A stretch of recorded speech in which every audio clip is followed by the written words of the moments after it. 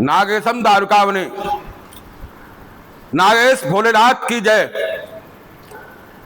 दक्षिणी सागर तट पर दारुक और दारुका नाम की राक्षसी रहती थी।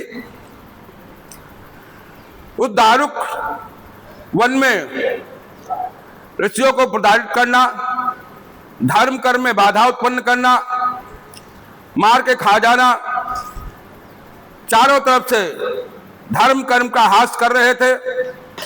सारे मुनि मिल करके और ऋषि के पास गए, ऋषि से प्रार्थना किया कि दारुक और दारुका ये दोनों धर्म का नष्ट कर रहे हैं, हास कर रहे हैं, इनसे छुटकारा दिलाइए। मुनि बोले समय का इंतजार करो, ये अपने आप ही नाश को प्राप्त हो जाएंगे। जब ऐसा देवताओं को पता चला कि मुनि ने श्राप दे दिया है, देवता अस्त्र शस्त्रों से सुसज्जित होकर के सम्रांगण में कूद पड़े। राक्षसों ने विचार किया अब क्या होगा, देवता आ गए हैं, हम लोग श्रापित हो गए हैं, अब कहां जाएं। तो सभी लोग दारुका से विचार किए। दारुका ने कहा हमको माता पार्वती ने आशीर्वाद दिया है, सारा वन, सारी भूमि और सारे परिवार के साथ तुम कहीं भी जा सकते हो। तो वो समुद्र के मध्य चली गई। जब समुद्र के मध्य में जाकर के वो आराम से रहने लगी, तो समुद्र में जो भी नाविक वगैरह आते थे उनको बंदी बना लेती थी, मार के खा जाती थी। एक समय काफी नावें आई, उसमें एक शिव जी के परम प्रिय भक्त थे, सुप्रिय वैश्य। जो सुप्रिय वैश्य थे, अगर शिव जी का पूजन नहीं करते थे, वो भोजन भी नहीं करते थे। उनको बंदी बना लिया, वही कारागार में डाल दिया। अब भोलेनाथ की वो प्रार्थना करने लगे, वही मानसिक पूजा, शिवलिंग बना करके पूजा किया करते थे। सुप्रिय वैश्य ने जितने साथ में थे सबको शिव पूजा करने का विधान सिखला दिया। ओम नमः शिवाय का जप करने लगे। अब एक दूत दारुका आया, वैश्य सुप्रिय तो नहीं देख पाते, शंकर भोलेनाथ उनकी प्रत्यक्ष पूजा को ग्रहण करते थे। दूत ने देखा सुंदर रूपधारी शंकर भोलेनाथ सुप्रिय वैश्य के पास पूजा ग्रहण कर रहे हैं। पूजा ग्रहण करते देख करके दूत जाकर के भाग करके दारुक से बताया। दारुक ने क्या किया, विह्वल अवस्था में वापस आया और उनसे पूछा सच सच बताओ, शिव भोलेनाथ की पूजा कर रहे हो, क्या कर रहे हो? शिव भोलेनाथ तुम्हारे पास आते हैं? सुप्रिय वैश्य बोले हमको कुछ पता नहीं। बोला इनको मारो।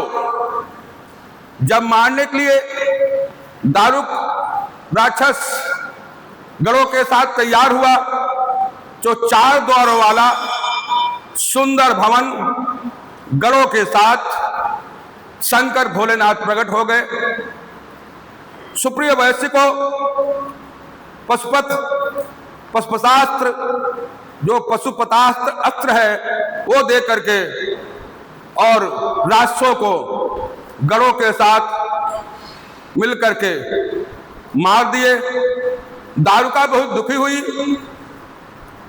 पुनः पार्वती के शरण में गई, पार्वती से प्रार्थना करने लगी। पार्वती ने शंकर जी को मना किया, अब आप ऐसा नहीं करेंगे, कलयुग के अंत तक ये सब रहेंगे। शंकर भोलेनाथ ने कहा कलयुग का जब अंत होगा उस समय निषद देश में क्षत्रिय कुल में एक राजा उत्पन्न होंगे, उनको मैं पुष्पदास दूंगा क्योंकि वो हमारे परम प्रिय भक्त होंगे। शंकर जी ने महासेन के पुत्र वीरसेन को पुष्पदास दिया और समझाया ये रांगे की नाव मायामयी है, इसको लेकर के तुम विवर में प्रवेश कर जाओ और सारे वहां प्रवेश करके मेरी नागेश नाम का जो शिवलिंग है उसकी पूजा करना। उसके बाद तुम चक्रवर्ती सम्राट होगे। शंकर भोलेनाथ के महासेन के पुत्र वीरसेन वैसा ही कार्य किया और शंकर भगवान की पूजा किया। शंकर भोलेनाथ नागेश्वर नाम से उस शिवलिंग में प्रसिद्ध हुए। माता पार्वती नागेश्वरी नाम से प्रसिद्ध हुई। नागेश और नागेश्वरी का जो पूजन करता है भक्त, भगवान भोलेनाथ सभी कष्टों से उसको मुक्त करते हैं, परम प्रद देते हैं, सारे पापों को दूर कर देते हैं। बोलो नागेश्वर भगवान की जय। नागेश्वरी माता पार्वती तेरी सदा ही जय।